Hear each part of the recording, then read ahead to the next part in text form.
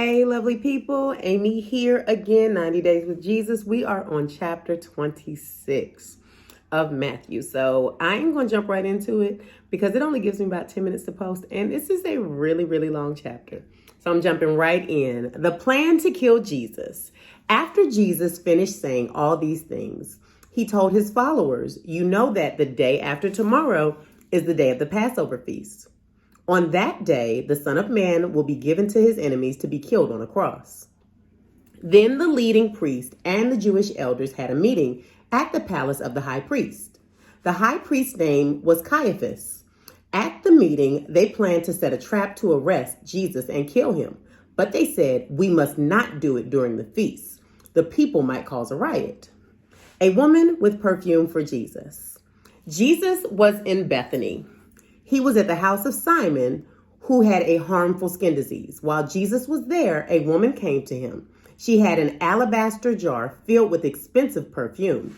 She poured the perfume on Jesus' head while he was eating.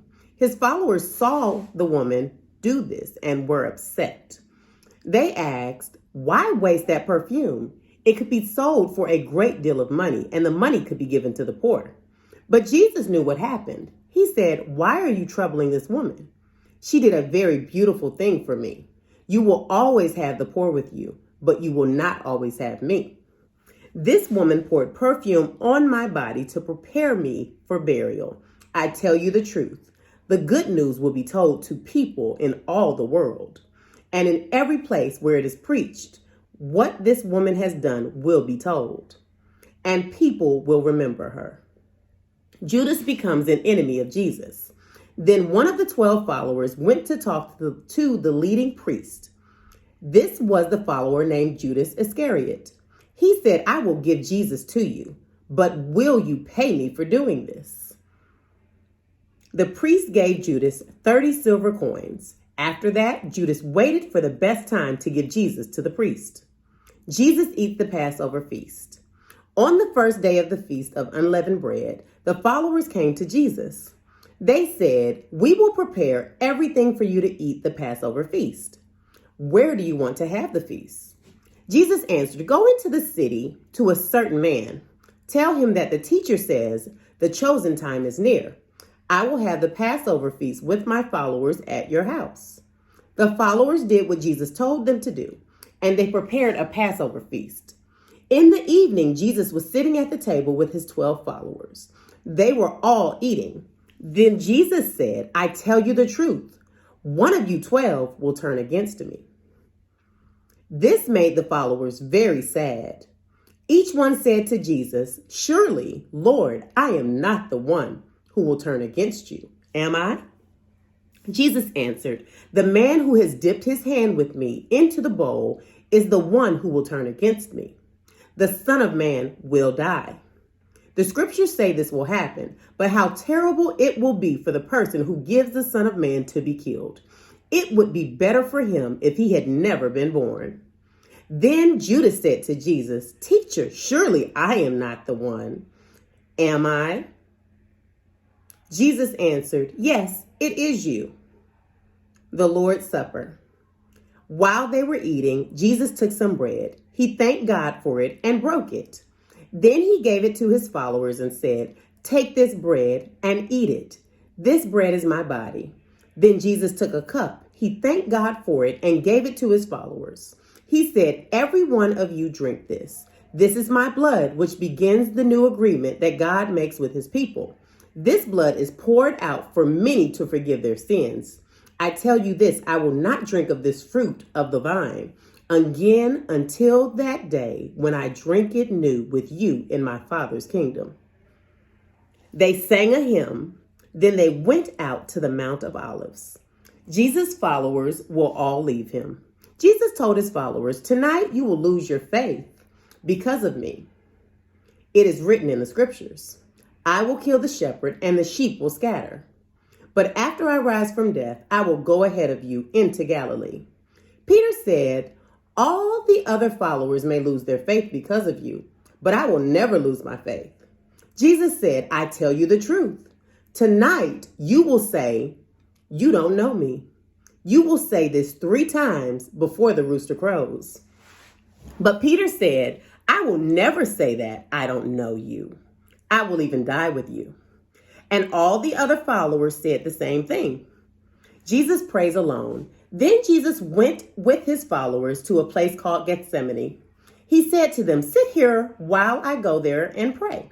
He told Peter and the two sons of Zebedee to come with him. Then Jesus began to be very sad and troubled. He said to Peter and the two sons of Zebedee, my heart is full of sorrow and breaking with sadness. Stay here with me and watch. Then Jesus walked a little farther away from them. He fell to the ground and prayed, my Father, if it is possible, do not give me this cup of suffering, but do what you want, not what I want. Then Jesus went back to his followers and found them asleep. Jesus said to Peter, you men could not stay awake with me for 1 hour? Stay awake and pray for the strength against temptation. Your spirit wants to do what is right, but your body is weak. Then Jesus went away a second time. He prayed, my Father, if it is not possible for this painful thing to be taken from me, and if I must do it, then I pray that what you want will be done.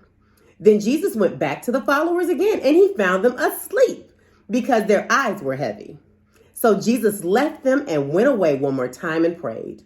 The third time he prayed, he said the same thing. Then Jesus went back to the followers and said, you are still sleeping and resting? The time has come for the Son of Man to be given to sinful people. Get up.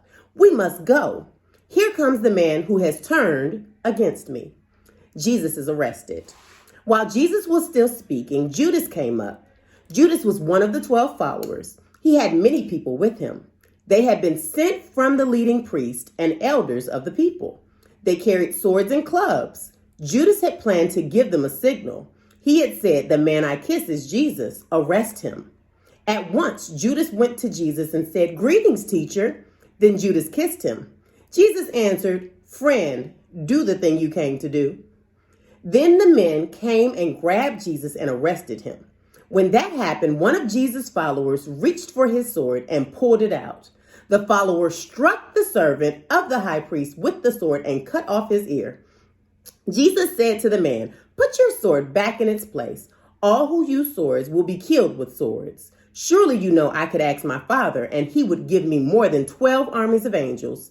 But this thing must happen this way so that it will be as the scripture says. Then Jesus said to the crowd, you came to get me with swords and clubs as if I was a criminal. Every day I sat in the temple teaching. You did not arrest me there. But all these things have happened so that it will be as the prophets wrote. Then all of Jesus' followers left him and ran away. Jesus before the leaders. Those men who arrested Jesus led him to the house of Caiaphas, the high priest. The teacher of the law and the Jewish elders were gathered there. Peter followed Jesus but did not go near him. He followed Jesus to the courtyard of the high priest's house. He sat down with the guards to see what would happen to Jesus. The leading priest and the Jewish council tried to find something false against Jesus so they could kill him. Many people came and told lies about him, but the council could find no real reason to kill Jesus. Then 2 people came and said, this man said, I can destroy the temple of God and build it again in 3 days.